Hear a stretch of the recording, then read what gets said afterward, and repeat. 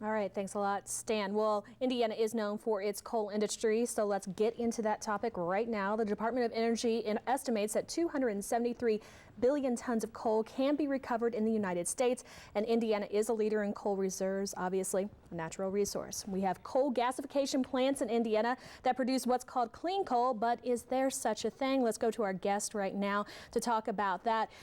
Is there such a thing as clean coal?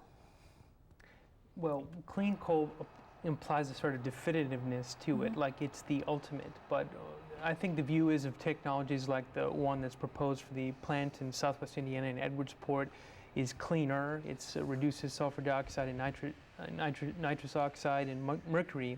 But of course, it doesn't deal with the profound impacts of carbon dioxide. There's no commitment of that plant to, there's no hard commitment that there will be carbon dioxide that's actually going to be sequestered underground. There's a study, but not a commitment. Okay, JC, would you like to tackle that as well?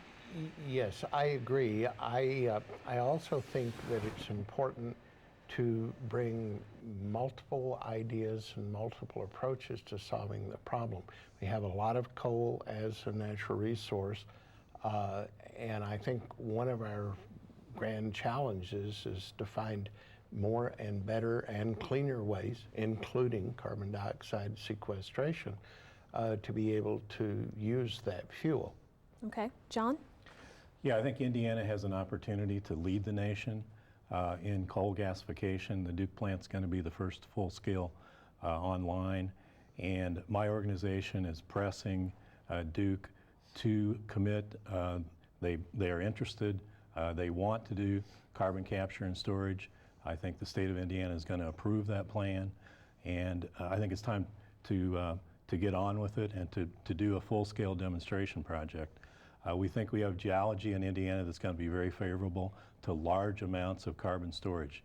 We're talking about deep well injection down about 2 miles, and there's a layer of impermeable rock over that area that we're talking about pumping the CO2 into. So again, it's going to take legislation. It's going to take quite a bit of work here in the state of Indiana in the next couple of years, but I believe that it's a potential growth industry for Indiana that we should take advantage of. Yes. And if I could just weigh in here further, I mean, I certainly agree with what both JC and John have said. I think there are going to be multiple energy sources that are going to be needed to deal with the profound challenge of climate change and energy security and so forth. But it's a question about where we prioritize things and where we put our policy incentives. And our view is that in a state which operates on a building code, energy building codes that are 15 years old, that there's a huge opportunity first and foremost to incentivize energy efficiency. And that's where we should put our efforts first. Beyond sequestering carbon dioxide, obviously a lot of people worry about the mining itself. I mean, what should we be looking at as well with that? JC or John? Well, I used to work with the Department of Natural Resources, and fortunately, we have a good track record for monitoring and for rehabilitating the land after it's been mined. In fact, they have to put it back just like it was. If it's a cornfield, it comes back as a cornfield or a forest or whatever.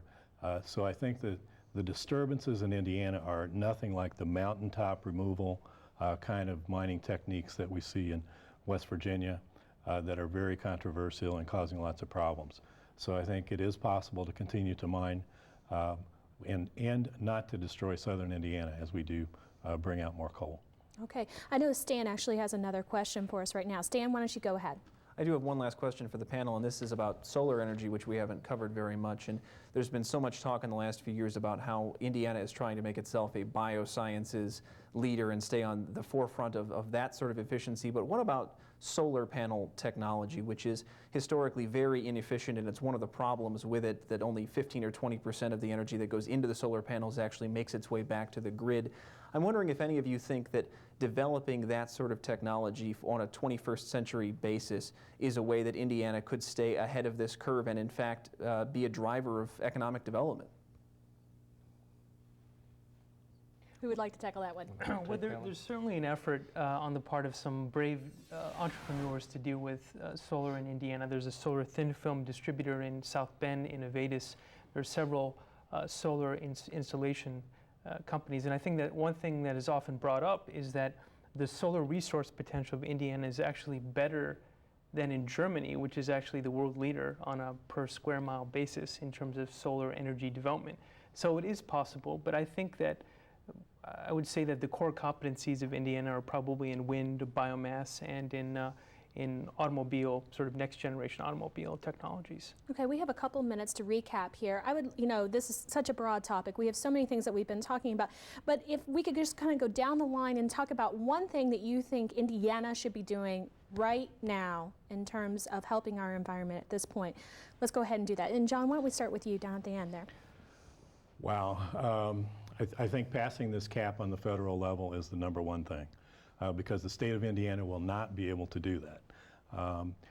Second, I think Indiana needs to line up with the other Midwestern states. The Midwest governors are working on greenhouse policies. Our state government has not been participating. I think it's time for them to get in the game. Okay, JC? Well, perhaps not surprising coming from a university faculty member, but I think research and public service, public awareness is very important. Again, I think the approach of examining multiple solutions is very important. I've just recently attended a meeting in Chicago that was called the Great Lakes Alliance for Energy Research. It's the Big Ten universities plus the University of Chicago and Argonne National Laboratory.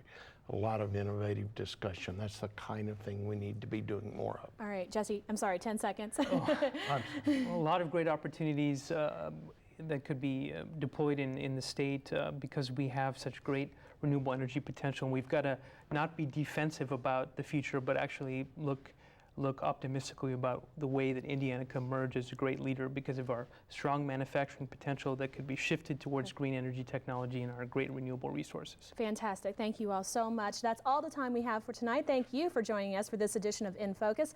And of course, our panel experts, thank you so much. Stan, thanks for your part in the show as well. Thank you, Ann. I found I can run this whole studio on just the wind power from this one fan. There you go. We're always taking questions for INFocus, and you can send us those by going to infocus@indiana.edu throughout the month. To see portions of this show, just go to newsmatters.org. Next month, our topic is diversity. More than 1/6 of Indiana's population is minority. Find out what concerns or issues need to be addressed on the next INFocus. Have a great night.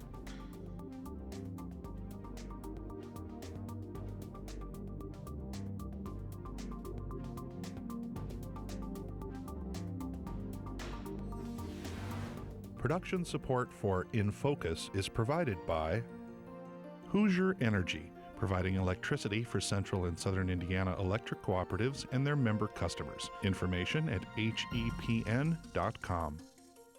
Hoosiers for Higher Education, a statewide organization of alumni and friends of Indiana University, dedicated to raising the awareness of the importance of higher education for Indiana's citizens and the state's future. More information at 800-937-3448. Adventure Indiana, a new magazine featuring outdoor adventures in South Central Indiana. Available for pickup at parks, nature destinations, and outdoor sports shops. And by viewers like you. Thank you.